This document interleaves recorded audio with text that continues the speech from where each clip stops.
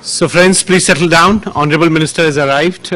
We would start this absolutely important session where we are focusing on India-South Africa partnership, but also on the larger role that India and South Africa can play in the global affairs. Honorable Madam Minister, it's a great honor and privilege for RIS to host you here in this small gathering, unlike what you attended earlier. In this small and absolutely interactive session, we have thought of, after the remarks of our Honorable Chairman, we would have a panel here to discuss India-South Africa partnership, where we requested two of our former High Commissioners in South Africa, Ambassador Virendra Gupta and Ambassador Rajiv Bhatia, who have served in South Africa. They would be giving reflections, and then we requested two academics, one from South Africa and one from India. So from India, we have Dr. Ruchita Beri, who is a senior research associate with IDSA in New Delhi. And we also requested Dr. Palani from Institute for Global Dialogue in South Africa to join. So this is absolutely fascinating panel. And then after that, we would have address by you, Honorable Minister, on 25 years of freedom in South Africa. And in the process, we would also request you to reflect on India-South Africa partnership, as we would be hosting Honorable President later at the Republic Day celebrations here in India, where we would be having several events lined up for barely 24-hour long visit of the Honorable President. In the morning, Madam Minister, we had another event where we explored possibilities of establishing a global development center, where we tried to see how unique development experiences of different countries in Asia and in Africa contribute to a very pluralistic narrative on development, may be different from Anglo-Saxon development model, but may provide a substantive basis and roadmap for us to see how our regional development banks and multilateral development banks, along with other IFIs, may contribute their finances as we are all collectively committed for sustainable development goals. With these words, friends, I once again warmly welcome you all here. We heard a lot since morning about what science, technology, innovation can play in our collective partnerships, what our commitment on SDGs can play, and how Addis Ababa Action Agenda can help all of us move forward on sustainable development goals. With these words, I once again very warmly welcome you and would request my chairman, Dr. Mohan Kumar, for his remarks. Thank you.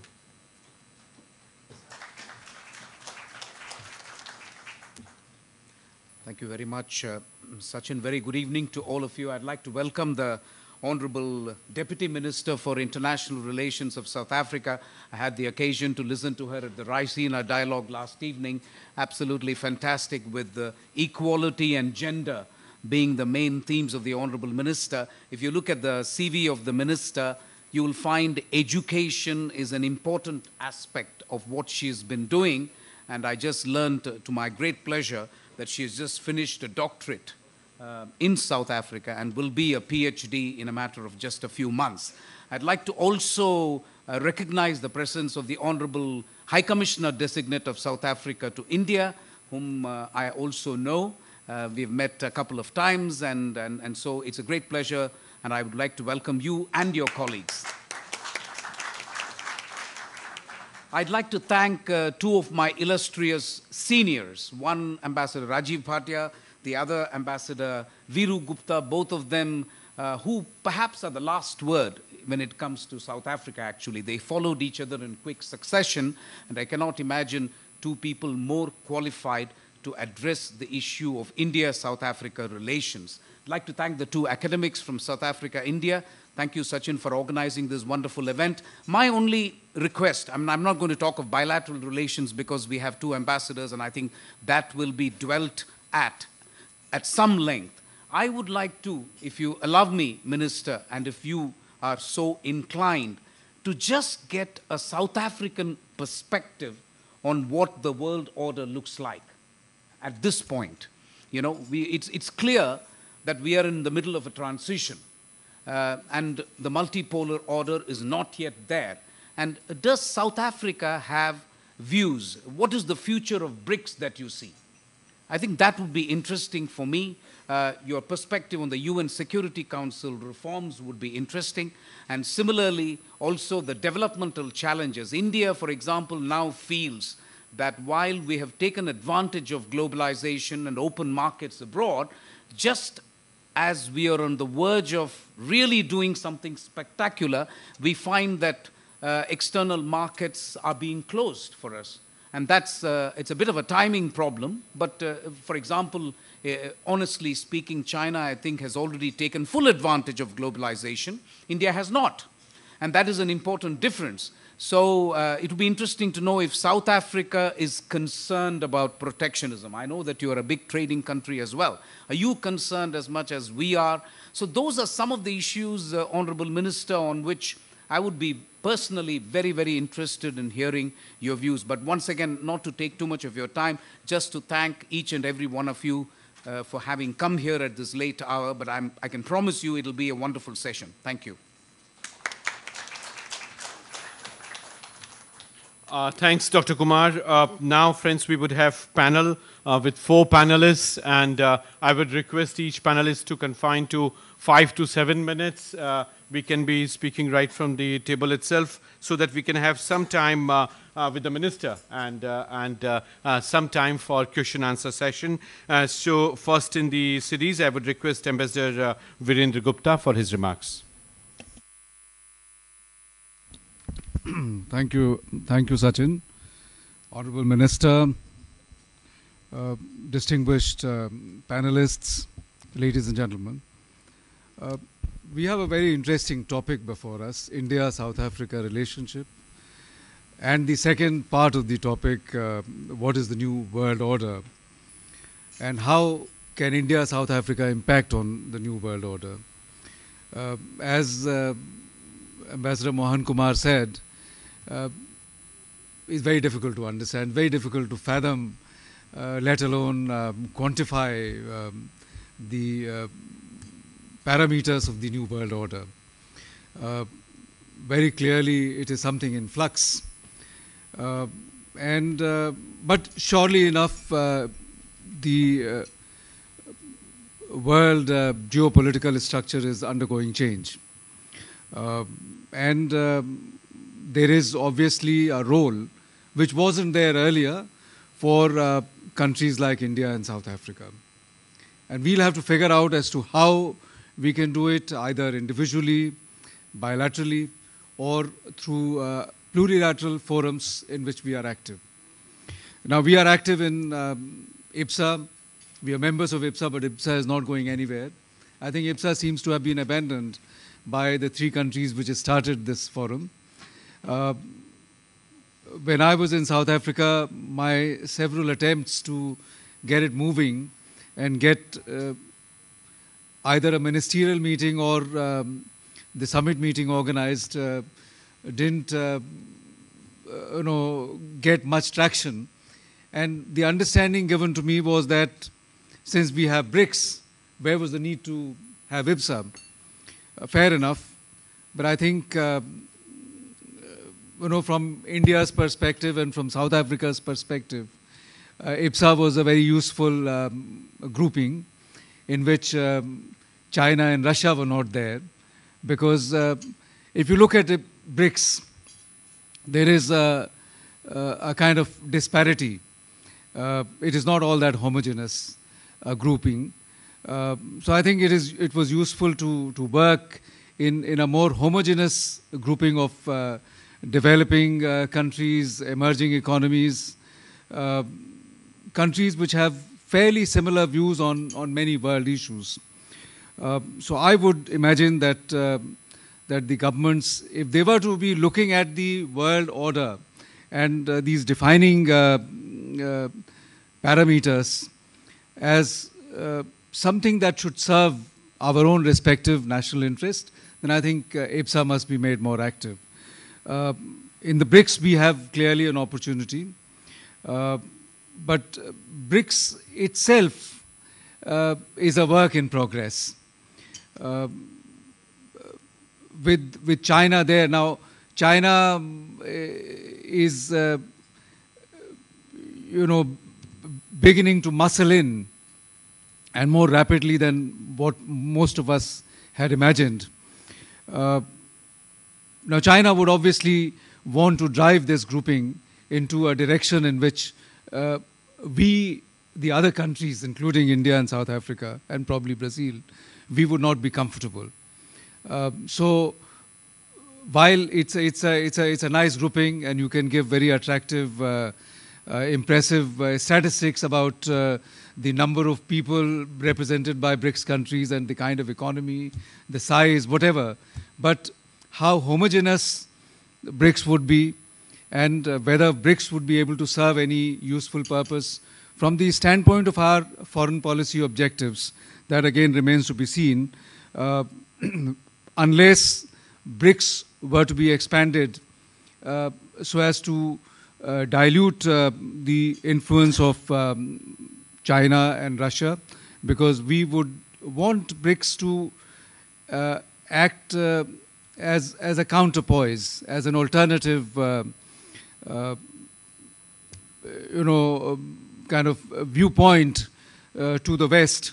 But we would certainly not want, at least from India's perspective, we would not want BRICS to develop into an anti-West organization. I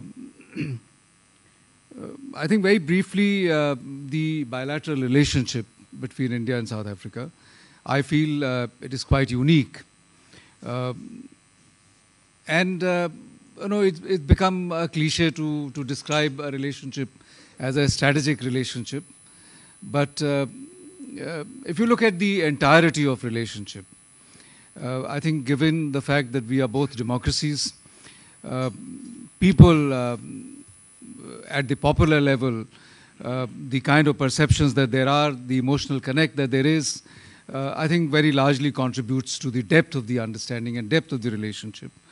So I think from that aspect, the very vibrant trade and economic relationship, huge investments that Indian companies have made. Bilateral trade, I was looking at these statistics. In fact, unfortunately, the trade figures are lower today than about 6-7 years ago. From $15 billion, it has come to $10 billion. Not because of any lessening of relationship between India and South Africa, but because of the certain problems that we are witnessing in the world trade. I think defense cooperation is another very important aspect. For many years, we could not pursue the defense cooperation because of problems that Denel encountered in India. Happily, that is behind us. And India is a big market for defense hardware. And South Africa has developed technologies which I believe would be of considerable interest in India. So I think in the coming years we will see certainly potential for growing cooperation between India and South Africa in the defense field. Somebody talked about education. I think education and human resource development is another area where India and South Africa can do very interesting things together. In fact, when we were there, already a large number of South African students coming out of the college, so graduates, and they would, some of the Indian companies were sponsoring them to come to India, do a 6-month orientation finishing program so as to make them more employable. And I think this project was working very well. So there are many millions of ways in which India and South Africa can work together. Indian educational campuses can begin to create an exposure to South Africa, apart from getting South African students to India. I think this is an area which has, I think, not reached anywhere near the potential. And given the fact that development of a country or any country in the coming years is not going to be determined by the resource base, but by the human resource base. So I think that is an extremely important, and this is an area where India and South Africa can work together. I think in overall terms, when you look at the spectrum of countries and India's own priority attention for Africa. Now, when we deal with South Africa, and sometimes the question arises whether we need South Africa for an introduction to Africa. We don't, because India already has a very extensive historic connect with Africa. But I think there is one respect in which India needs South Africa. And when I was in South Africa, I kept hearing this term that South Africa can act as a gateway to Indian companies, and indeed it is. In fact, if you look at about 250 odd Indian companies which have set up offices in Johannesburg, because of the excellent infrastructure, excellent facilities that South Africa provides, there are many Indian companies which have set up regional offices in South Africa, and from there they service the entire African continent. Because of certain difficulties in terms of logistics, in terms of living in many other parts of Africa. So I think that is something that can be leveraged for further cementing this relationship between India and South Africa. And lastly, the tourism. I think if there is one destination, not only in Africa, but I think if you look at the entire world, which offers everything into one, offers wildlife and casino and so many different things, so many activities, beautiful city like Cape Town. I think something that any Indian tourist would love to get. So if you get about 120,000 people, tourists from India going to South Africa, I think this is just scratching the surface, considering that millions of Indians are traveling out of the country. They're looking for more exotic new destinations, and there is no reason why South Africa cannot attract not 250,000, not 500,000, but 1 million tourists. And I think that is an area, again, where India and South Africa can work together for developing tourist infrastructure. I know Vijay Mallya, of course, is a much maligned name in India now, but he used to operate a wildlife resort. And I used to see hordes of Indian tourists over there. Indian tourist, when he goes, even if he's an exotic location, he wants to have Indian food. He wants to have Indian paratha. And in this tourist resort, Mhaule, they would offer Indian breakfast, Indian lunch, and Bollywood disco dancing.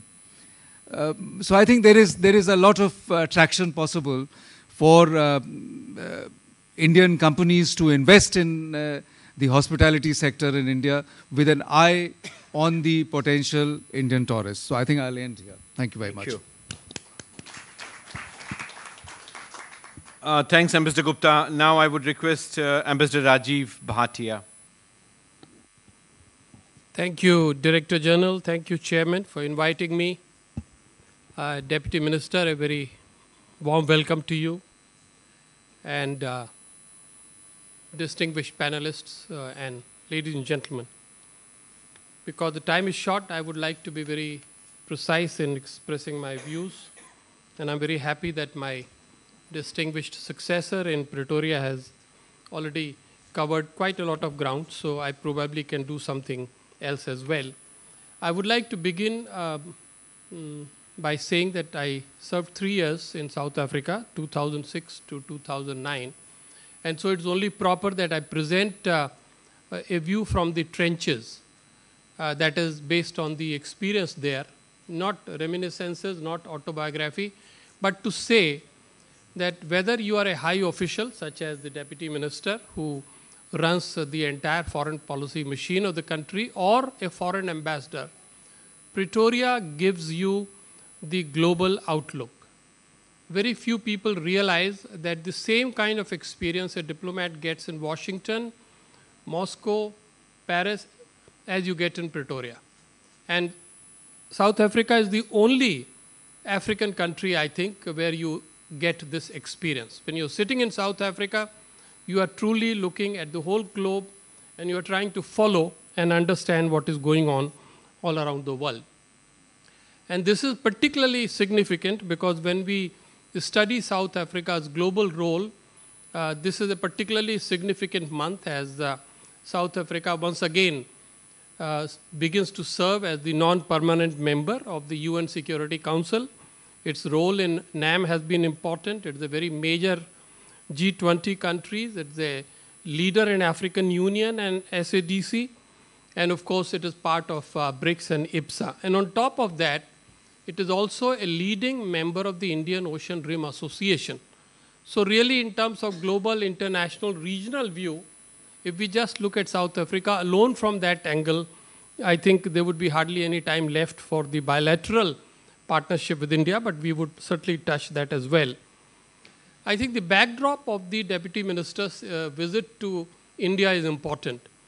It seems to me that it was good that Raisina dialogue drew her in, but I think it is possible that her president also told her to go and prepare for his visit and sample and understand and listen as to what India, not just the official India, but the non-official India is thinking and reflecting on this relationship. And I presume, therefore, it would help her and her team to prepare for that great visit that would happen. Some uncharitable person looking at this whole story of the Republic Day chief guest said that President Ramaphosa is going to be an accidental chief guest. I want to correct this impression. I think President Ramaphosa would come as our most honored and most respected guest, and he's guaranteed to have a red carpet in India, no matter how long or short his visit would be.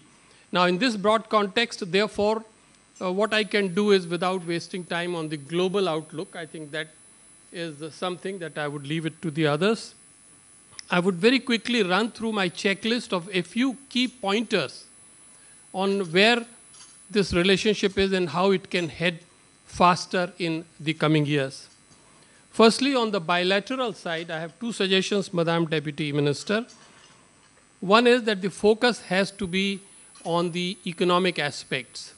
Last April, I was in Johannesburg. I attended the very promising business summit of India and South Africa. And at that time, the two governments spoke about a joint action plan. I hope progress is taking place on that, and if we could be taken into confidence at some stage, that would be really very helpful. Secondly, on the bilateral aspect, I think it is very important for both our countries to focus attention on blue economy. I think Operation Fakiza of South Africa and India's doctrine of Sagar and oceanic development of sustainable blue economy are becoming very important and also mutually complementary, and therefore more work needs to be done there. Then we can very quickly move to the regional organizations, and we have to say that on BRICS, I think India and South Africa are cooperating admirably, but there is a problem. There is a problem that my colleague very rightly pointed out, the problem of establishing and ensuring balance within this regional grouping. And the question, therefore, is as to how that balance can come in And I think there is a very strong feeling, at least in the non-official India, that that can only come when IPSA is reactivated. I don't subscribe to the view that IPSA has been abandoned. I think all that has happened is that IPSA has been kept at the level of the 3 foreign ministers in the last 4 or 5 years. So my question is, when deputy ministers and ministers will be able to persuade their political leaders to go in for the long-awaited next IPSA summit?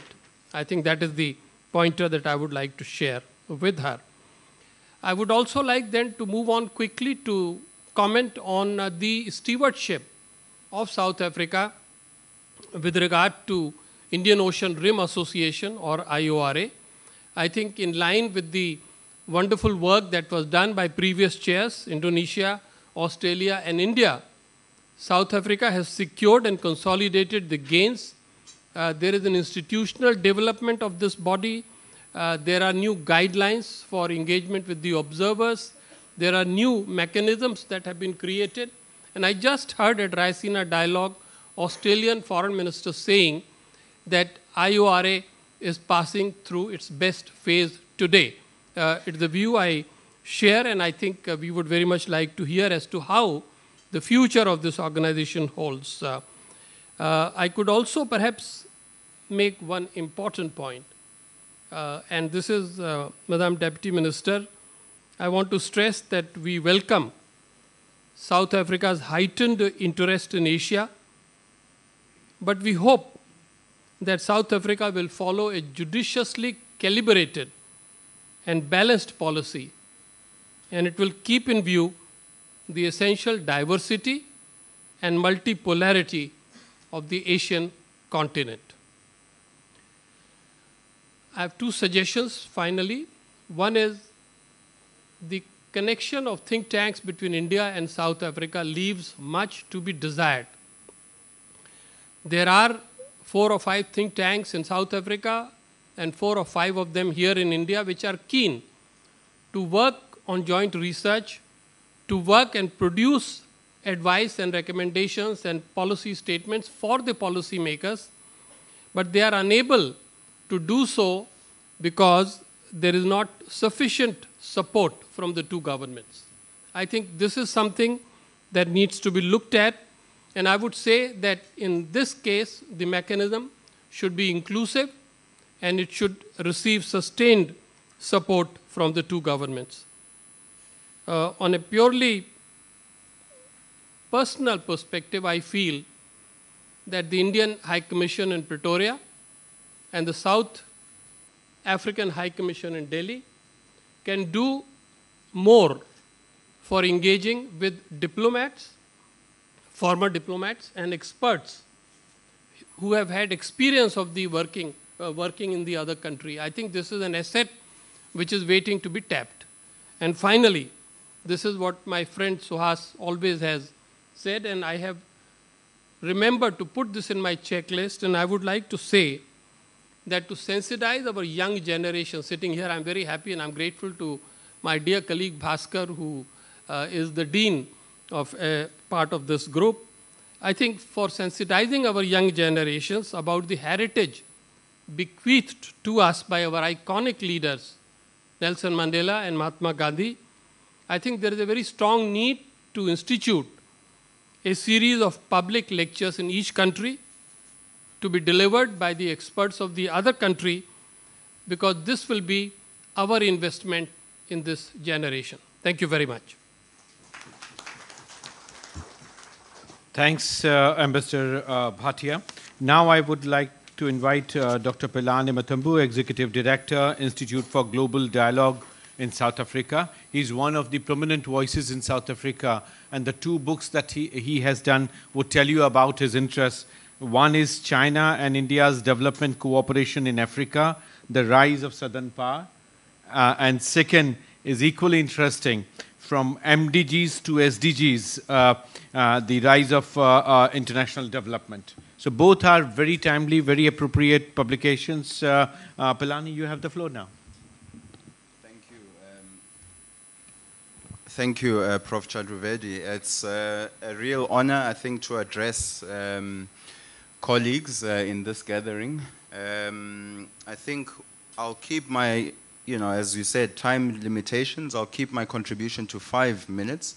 And in that, I just want to frame it around the idea of India, South Africa in the New World Order, placing development at the center of global partnerships. The reason I say placing development at the center of global partnerships is that I think the leadership of these respective countries and the legitimacy of their leadership will, at least the sustainability of their leadership, will largely hang on their ability to demonstrate how they themselves have continued to improve the citizens in their own countries, but also in terms of how, through global partnerships, they are working with other countries to ensure that their global partnerships are built towards international development. So I think that is going to be a core part, especially because in this uncertain era of global politics, there's a number of distractions where we are kind of being taken back to realpolitik and the idea that power is only about might is right. And I think it's important that countries such as South Africa and India are actually at the core of ensuring that they keep development at the core of international engagement. They are the countries that, even through the Doha development round, were trying to ensure that issues of development remain central. And I think it's important that in their continued leadership in their respective regions and also globally, that they keep development at the core. Because our respective populations, and I think, and other countries will judge us by our ability to ensure that our international relations have very tangible benefits to the citizens of the world. So the context is really an increasingly uncertain geopolitical landscape, and ensuring that China, India, South Africa, and not only these countries, these are what I could call southern powers, but there are other countries in our region, I think, that provide valuable lessons in terms of development that they can share with their respective counterparts. South Africa, of course, has valuable lessons in that regard in how it's managed its transition to democracy, how it's built democratic institutions within the country, and how it's actually dealt with various challenges within the country and also in the region. And that provides valuable lessons, I think, to share.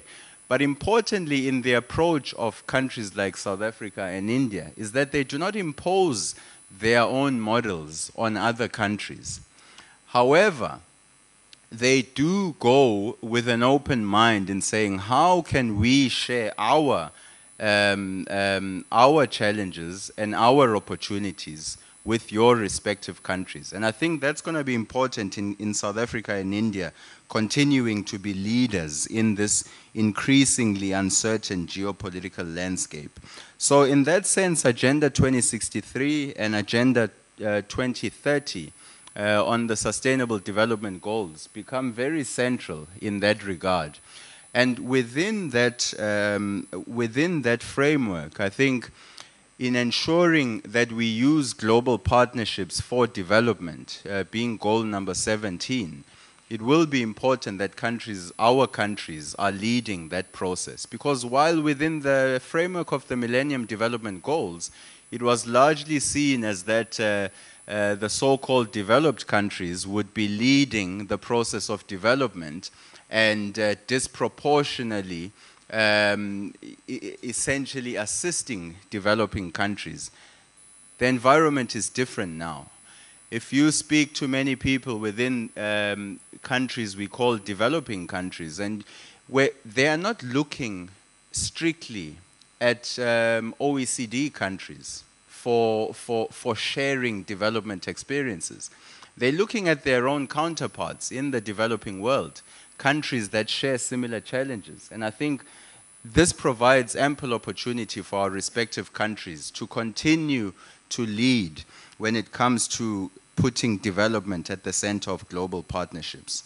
I think we also possess opportunities in terms of sharing our experiences in terms of institutional reform of our respective development cooperation institutions. And I think India has done several reforms over the last few years when you look at what they're doing in terms of the development partnership administration, when you look at the programs such as the ITEC programs and the amount of training and personnel development they are doing, I think it provides opportunities for our respective countries to actually share lessons in terms of what South Africa is also doing within the continent. We know that South Africa is also in the process of reforming its development cooperation institutions.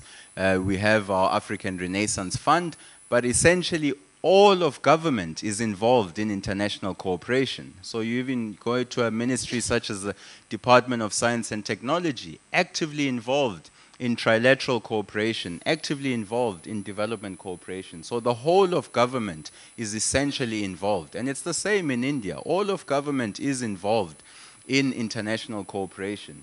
And in that sense, I think we have valuable lessons to share, with our respective counterparts in terms of how are we managing the institutional arrangements when it comes to development cooperation. And I think there's ample opportunity there.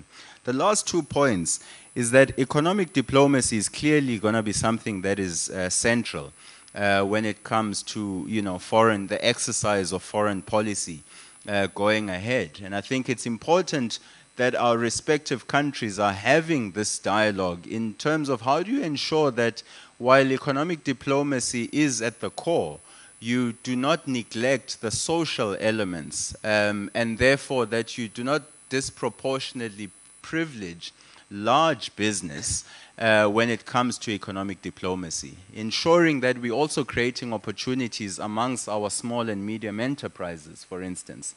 And we know that India also has ample experience in that area when it comes to SMMEs.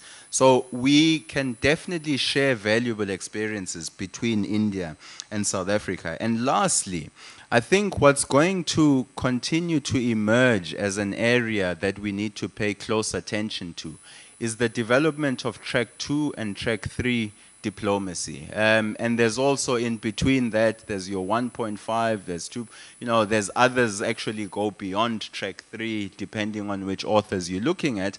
But essentially to understand that diplomacy in the contemporary times is not simply between national governments.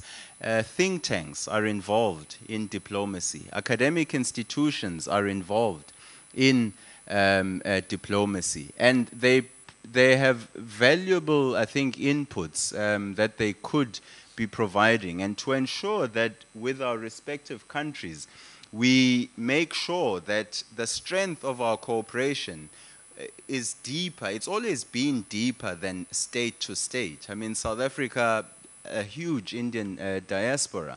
And our strength has not always been when it comes just to state-state relations. So I think we need to ensure that we support, the idea that think tanks from our respective countries are sharing, are doing joint research, but that they're also feeding that into the relevant stakeholders who are responsible for actually implementing policy and actually have the political mandate to implement policy. So I'll leave it there. Thank you.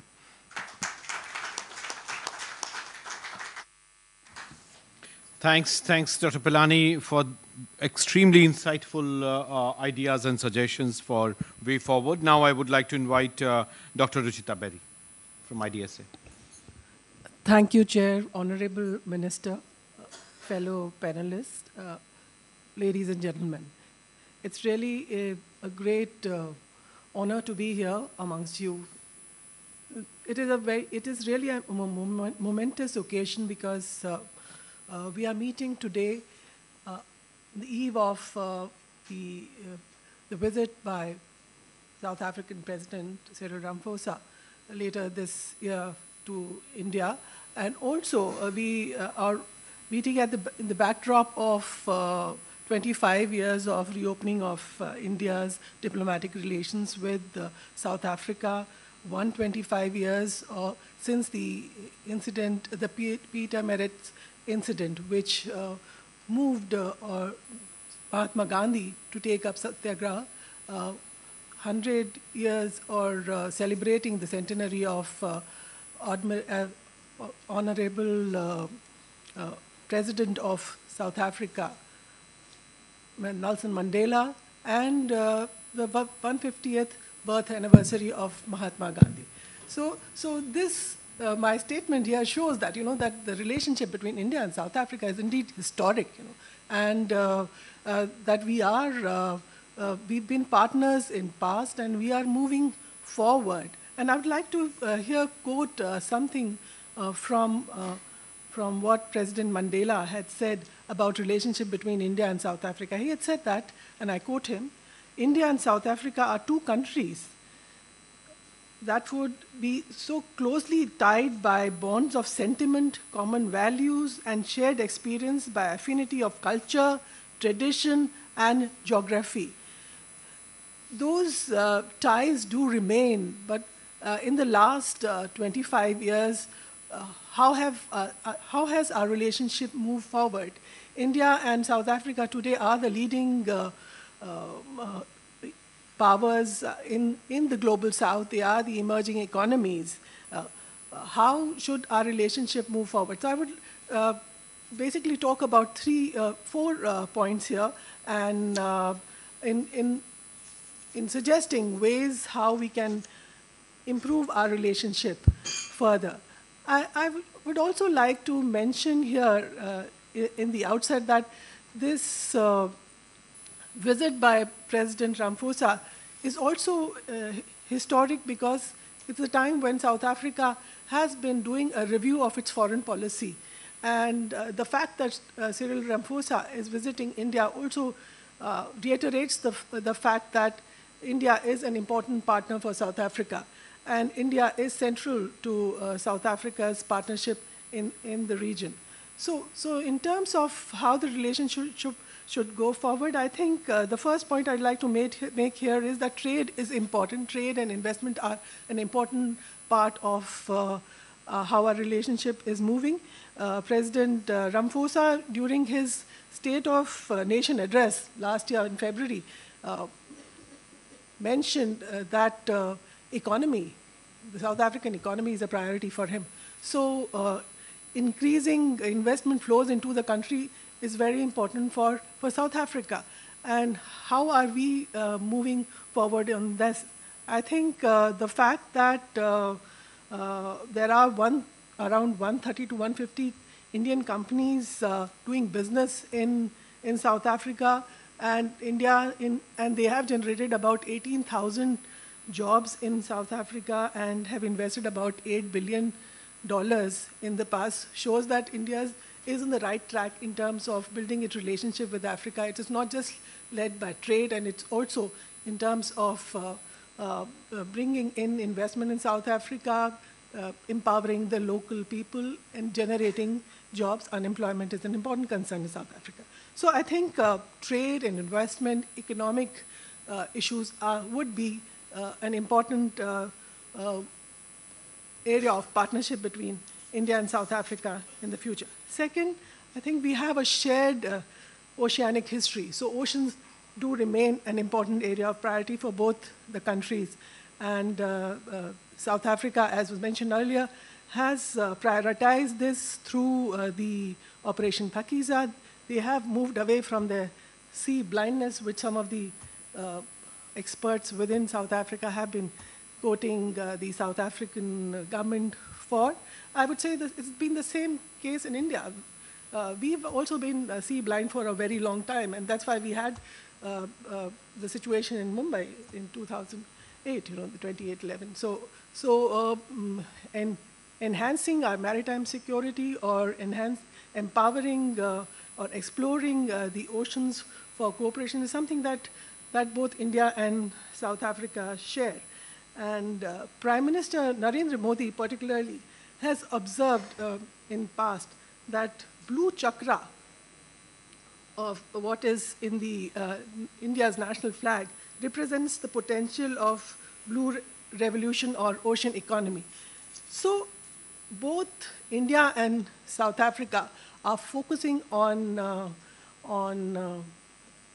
energizing our relations through building up the ocean economy, and I think that will be the second point of cooperation. Third, security cooperation, I think, is an important area of future cooperation too, and existing and future cooperation between India and South Africa.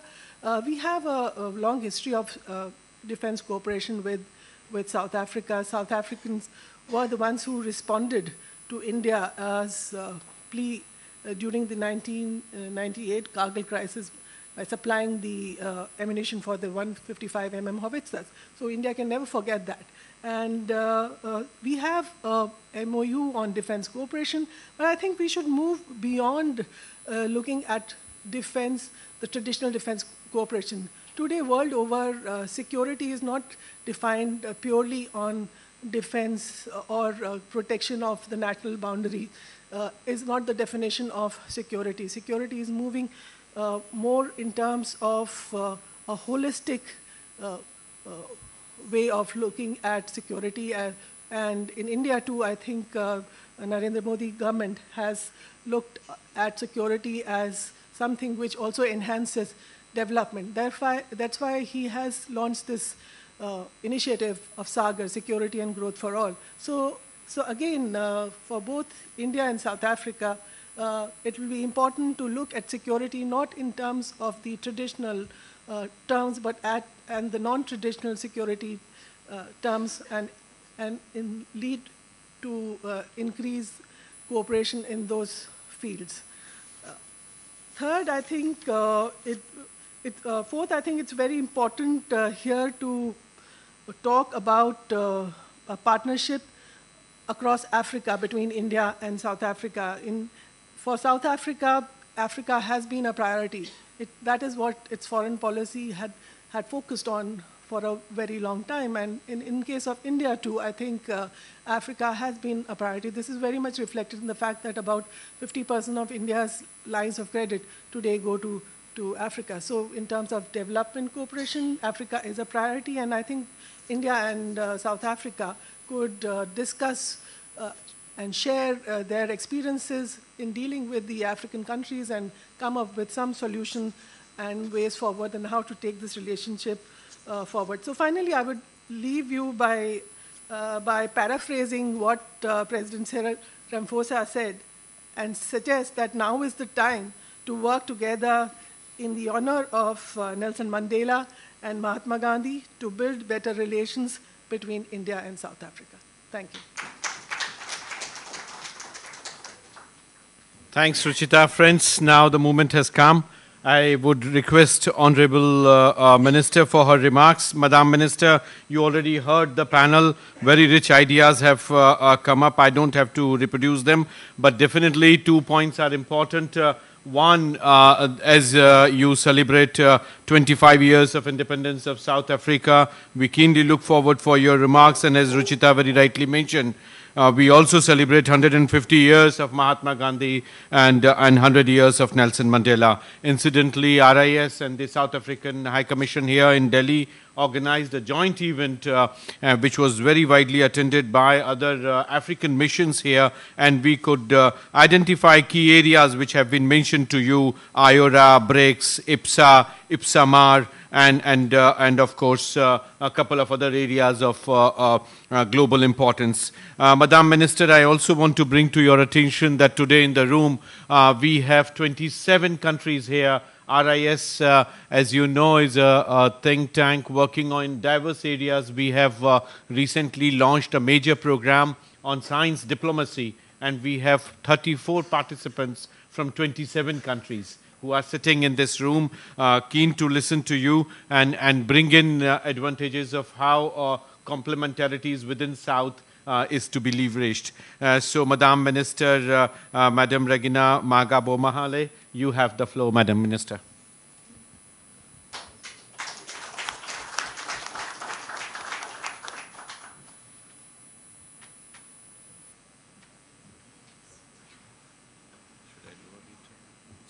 It's okay. Yeah. Thank you so much, Program Director, for inviting me to speak in this very important meeting, a meeting of think tanks, to come and give an account of the 25 years of South Africa's freedom. And as I do that, I know that it might not feel like a research, but we cannot have this information if there are no think tanks to keep the information, because to us today it's real life, but to our children will be history. And this history shows that the world is not stationary. It's dynamic, it's changing every day. So you cannot do things the same way we used to do during the time of our ancestors. So let me acknowledge, but limited to, the chairperson of RIS, Dr. Mohan, Kumar, and also greetings to the panelists, all of them very important people. Very knowledgeable people, greetings to me, and distinguished guests, ladies and gentlemen, good evening. In South Africa, it's afternoon now. Here it's evening. I said yesterday when we greet in my language, I say sanbonani, and the response will be yebo. Sanbonani? Yebo. That's how we respond in Nguni language. That will include about 4 languages in South Africa: Xhosa, Zulu, Siswati, and Sindebele. I'm honored to be addressing this distinguished audience and wish to thank the RIS for the opportunity to address you today. I'm particularly pleased that one of the first engagement we are undertaking in our Silver Jubilee celebration, 25 years of our freedom, is happening here in India, as the people of South Africa sought to overthrow the shackles of oppression brought to bear upon us. India, newly independent then, was one of the most principled supporters of the struggle against apartheid and racial discrimination in South Africa. It was India which consistently called on the international community to act on the issue of apartheid South Africa in international fora. It is not an exaggerated exaggeration to say that South Africa is today able to celebrate 25 years of freedom, in no small part due to the efforts of countries such as India. As such, it is befitting for me to share our 25 years of freedom celebrations with our friends here in India. So it's a bonus that other countries are also here, and countries which supported South Africa, because South Africa alone could not have been where it is today. It is the work of a collective efforts by many countries.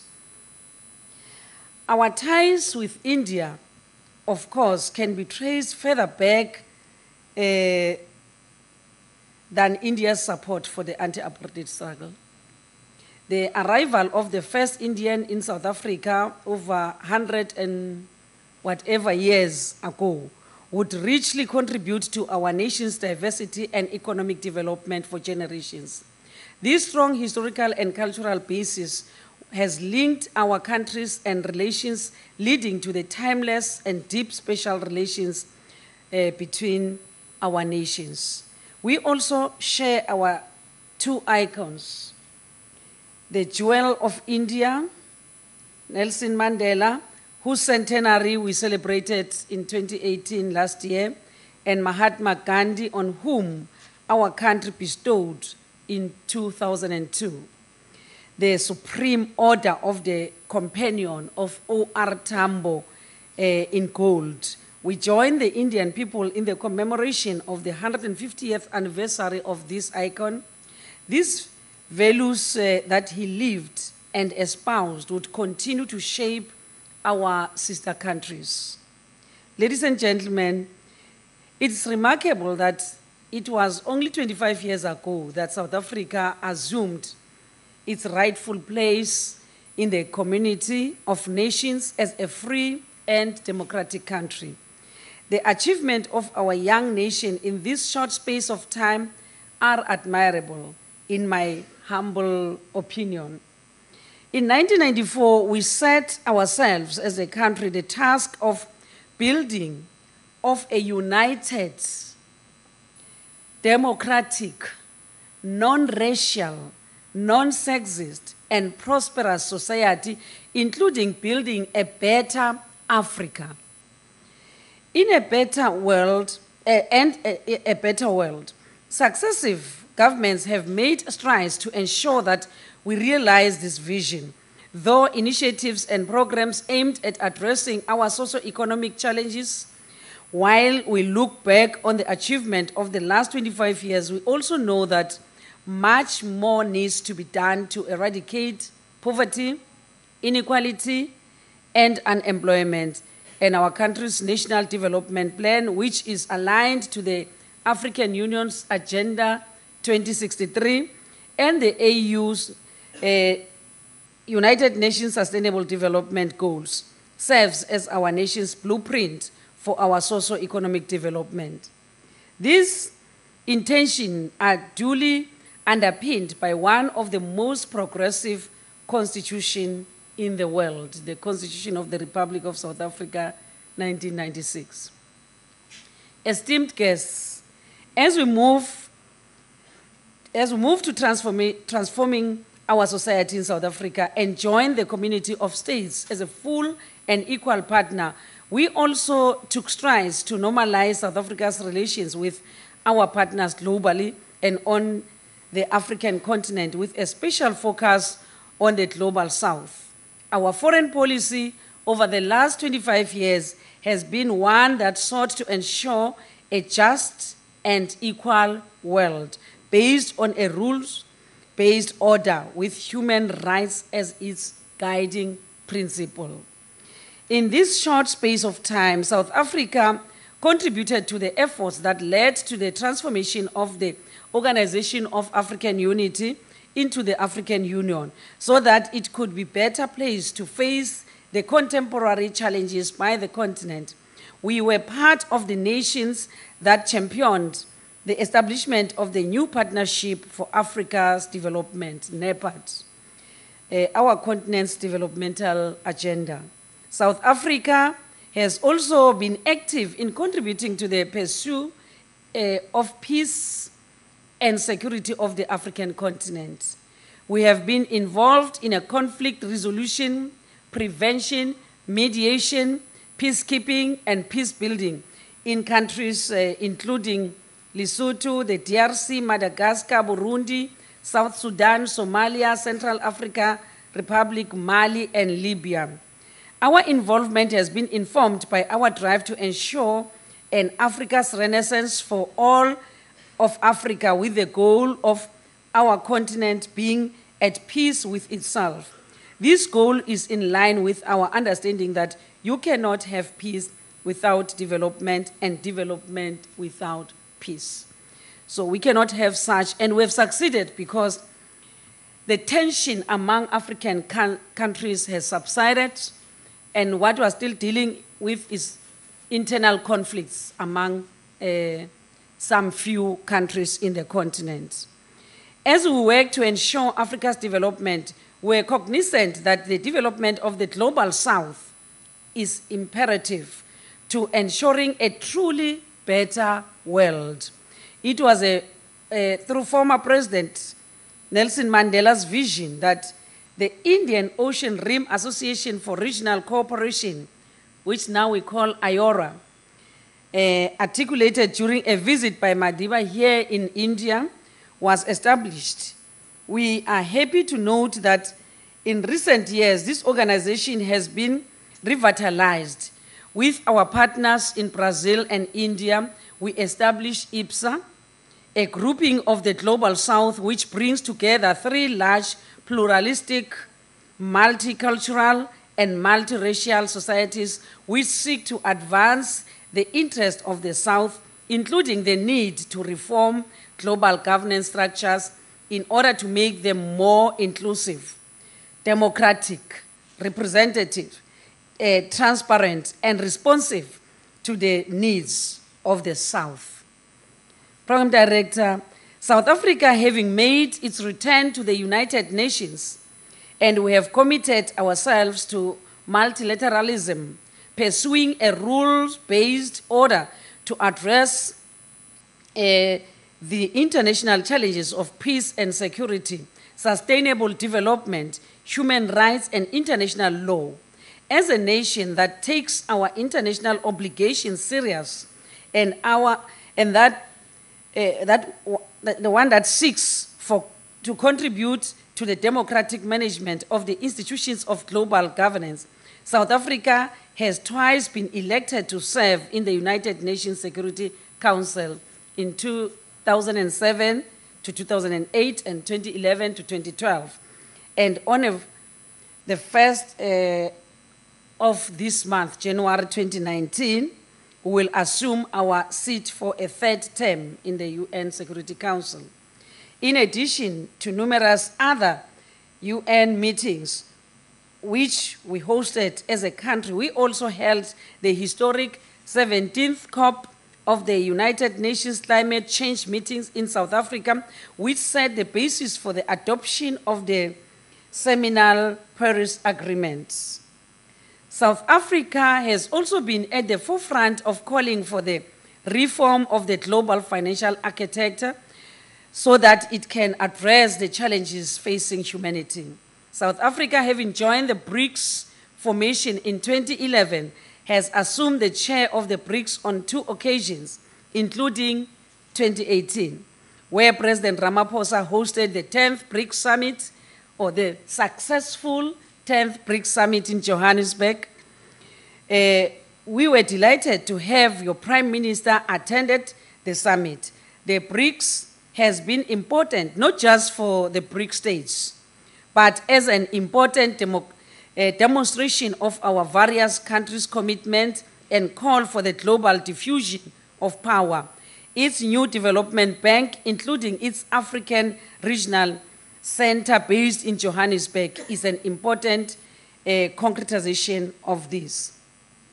Ladies and gentlemen, in this period of our relations with India have grown from strength to strength, and there's still a very big room for improvement when you looking at the potential both countries have. From the Red Fort Declaration, which was signed in 1996, the New Delhi Declaration in 2003, and the Tshwane Declaration in 2006, all of which have shaped and developed the relationship between our 2 countries. These reflect the depth and breadth of our bilateral relations, which covers a wide array of areas from political to economic, scientific, and multilateral cooperation.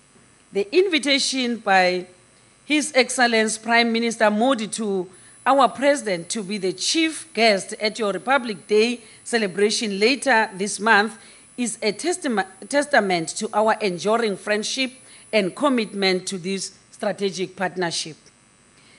The above are just some of the achievements and contributions that our young nation has been able to achieve in the last 25 years.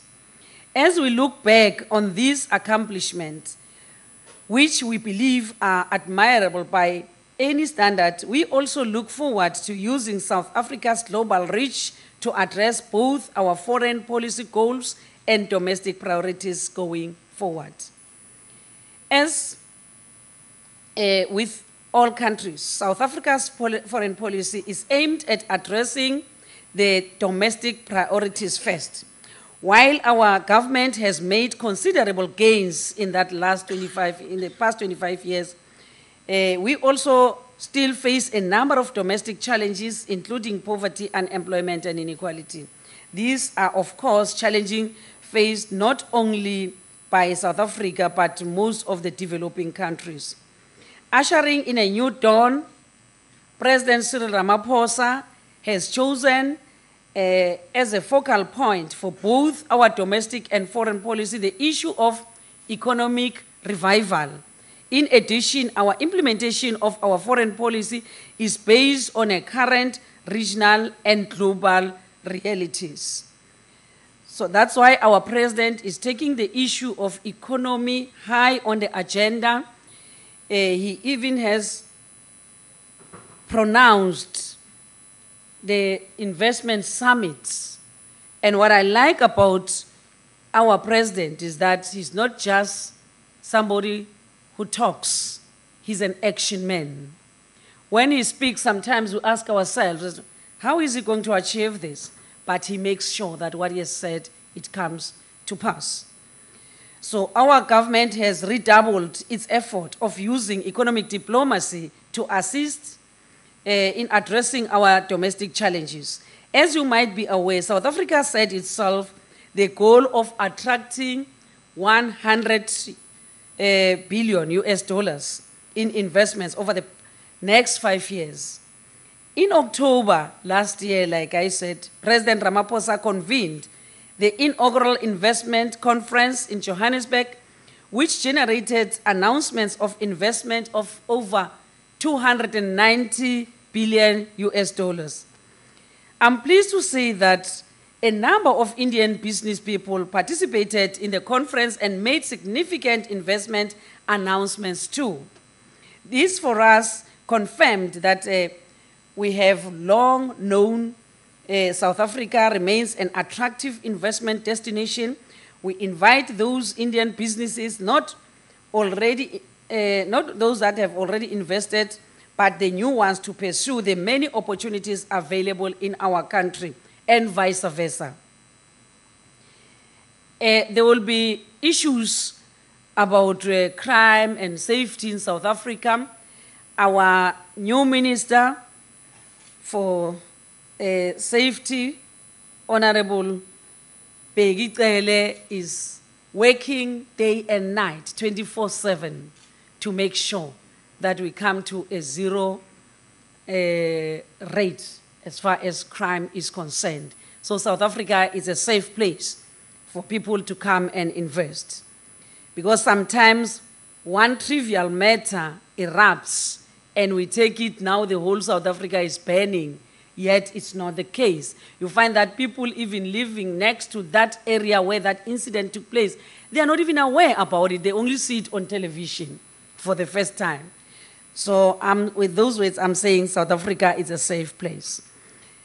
We extend our commitment and vision of the economic development of our country to the rest of the region and the African continent as well.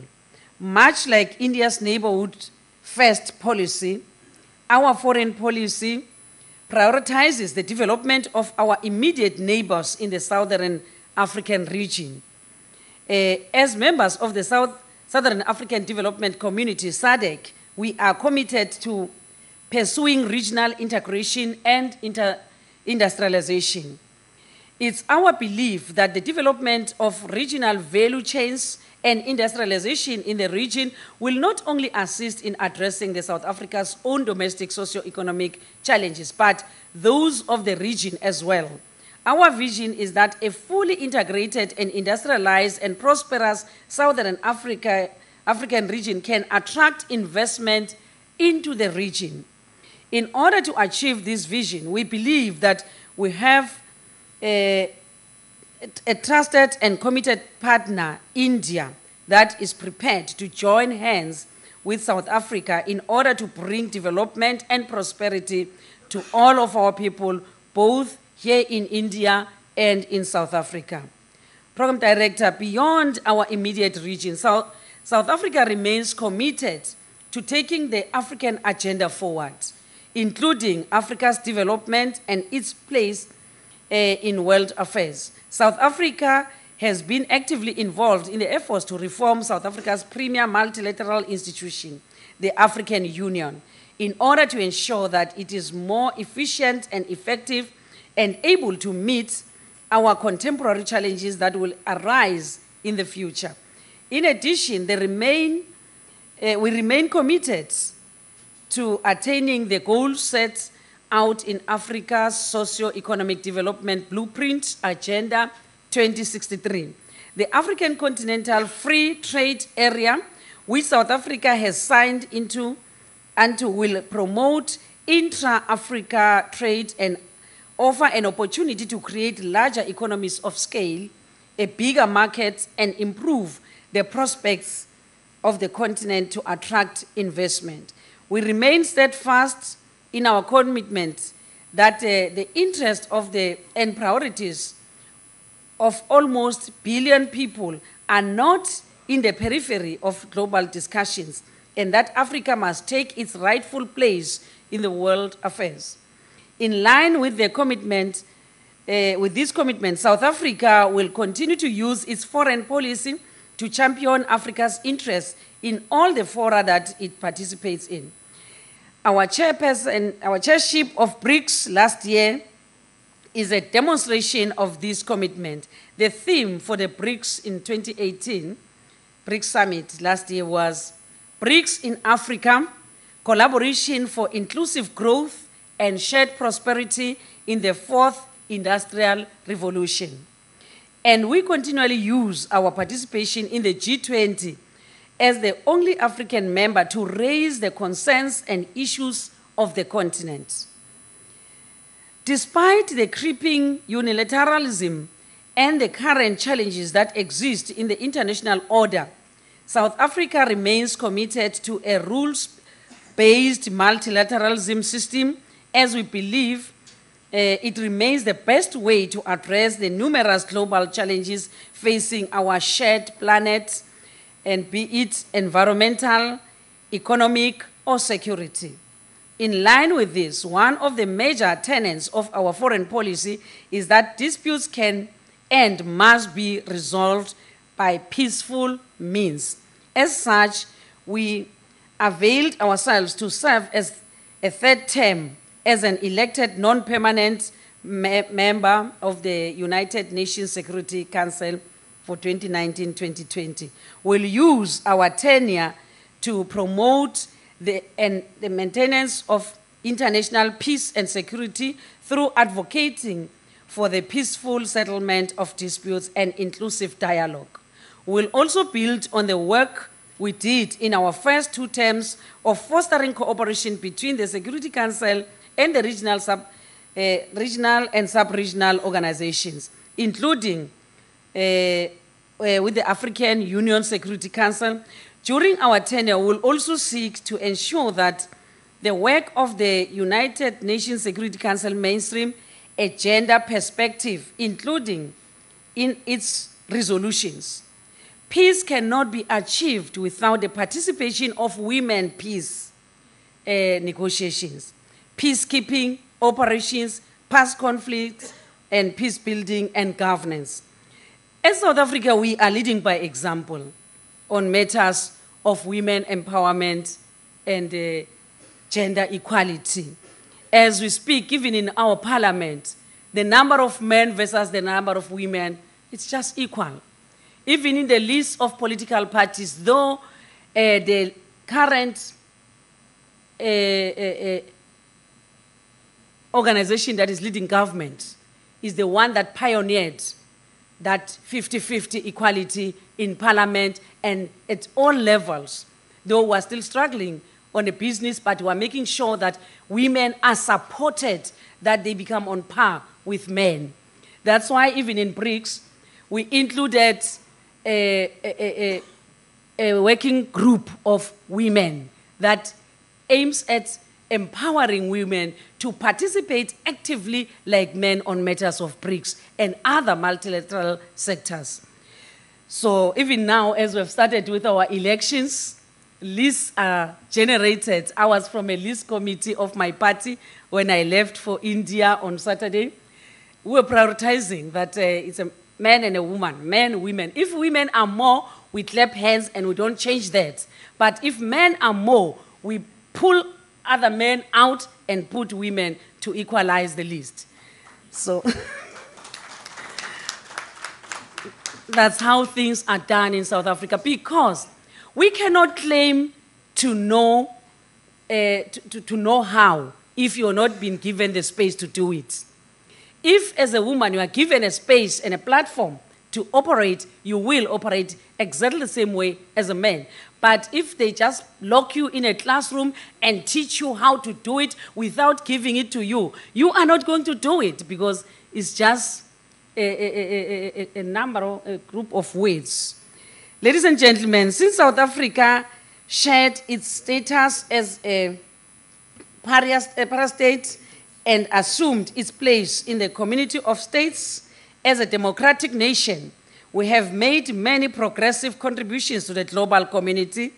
As we look back on these achievements in the short history of our nation, we are fully cognizant that the challenges that face our continent and indeed the whole world call on all of us to double our efforts to ensure that ours is become a just and equitable world. We believe in India. We have a committed partner in achieving these goals.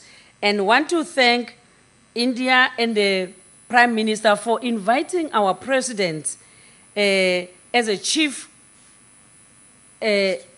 guest on the Republic Day on the 26th. And we also appreciate that our President will also be coming for his state visit. And we believe that all the agreements, all the MOUs that were signed, that meeting will take the process forward and will even initiate other avenues on areas of cooperation. And we are doing well by having this meeting, so that we must find a way of pulling all the resolutions that we are going to achieve in these meetings that are taking place now to the highest level meetings of the two heads of government and head of state, that these matters must be taken forward. And we are looking forward also for the think tanks to arrange their conference wherein they sit with the think tanks in South Africa to come up with better ways of taking our countries forward. I love you all. Thank you so much. Thank you, Excellency. Thanks a lot. Congratulations. Thank you, Madam. Thanks, Madam Minister, for exhaustive and very insightful discussion with us. Your address was extremely rich and has covered a huge spectrum. I'm so glad that you referred to IPSA, Madam Minister, and I'm so thankful to you for bringing out this idea of Trinity's contribution in global governance for transparent and democratic world order. I think IPSA has a great role to play, Madam Minister. I must also mention to you that RIS has been designated by Ministry of External Affairs to conduct what India has established as IPSA Fellowship Program. And Madam Minister, in the first week of February, RIS would host the second set of scholars. The first set have finished and a volume is coming out from their work, and the second fellowship program would begin in the first week of February. So I'm so glad that you mentioned, you also enumerated President Ramaphosa's huge leadership on industrialization and prosperous Africa that you mentioned. I would now request my chairman to share our token of appreciation. As in Nepal they call the token of love. So we have some flowers and we have gift for you, Madam Minister.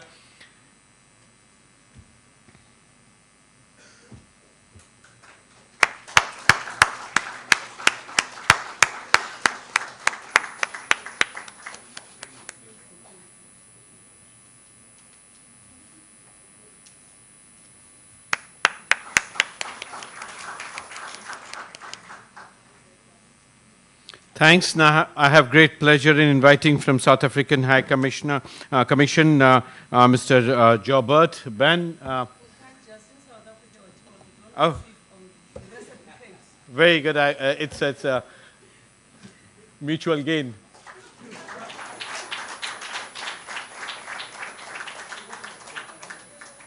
Thank you, Madam Minister. So now, my great friend, Ben, you have the floor.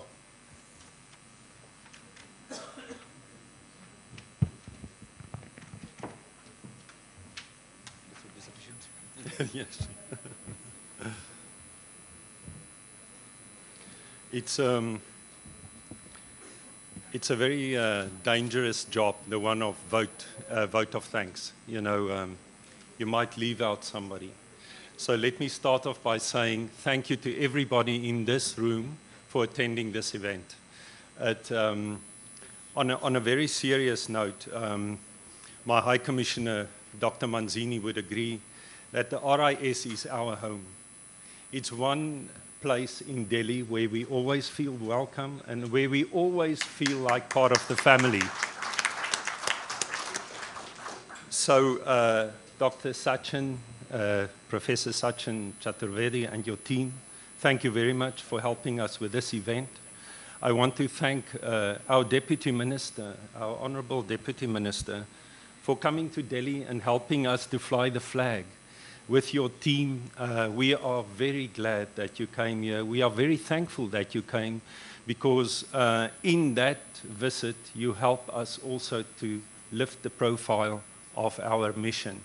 So being good diplomats, we need to say we are very thankful for this visit and for agreeing to this session here in Delhi and also in Mumbai. You know, in Mumbai, we also had engagements, and we are really thankful for the spirit and the energy she brings to this meeting.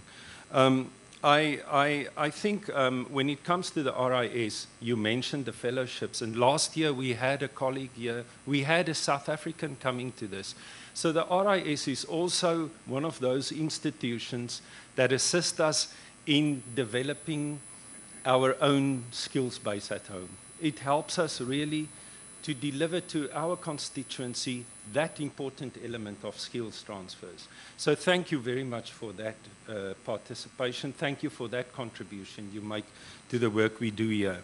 I think I want to thank all the panel members here, and really what a pleasant surprise to see our own people here on the dais today.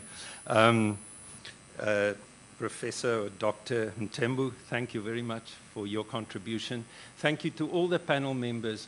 They are part of this family.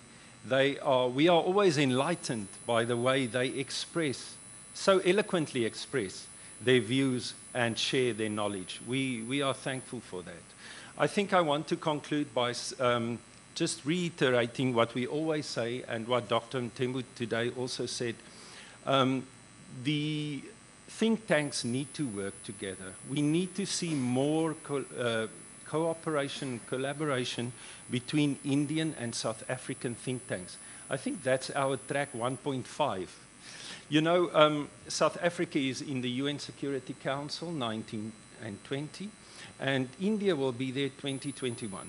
So our minister and our president have expressed their interest in two very important issues. The one is peace, especially peace on the African continent and the silencing of the guns.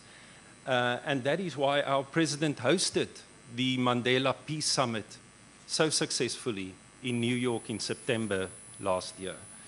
And secondly, the issue of gender mainstreaming. And in gender mainstreaming, we have elements and we have tools to work with. We can work with the Security Council Resolution 1325, 1325, whatever, which speaks already to AU and UN gender mainstreaming across those architectures of those two institutions. So we need to ask our think tanks to help us develop this policy, help us develop themes that can speak to these issues that our minister and our president and today our deputy minister again confirmed. Help us to take that forward you know, South Africa will leave and India will come in. So there will be momentum if our think tanks work together and contribute to a legacy for our countries. I think that's the least we can do as children of Madiba and of Gandhiji. I would like to conclude on that. Thank you very much, Professor. Friends, we close here. Tea is already laid out. Join us for the high tea. Thank you and good evening.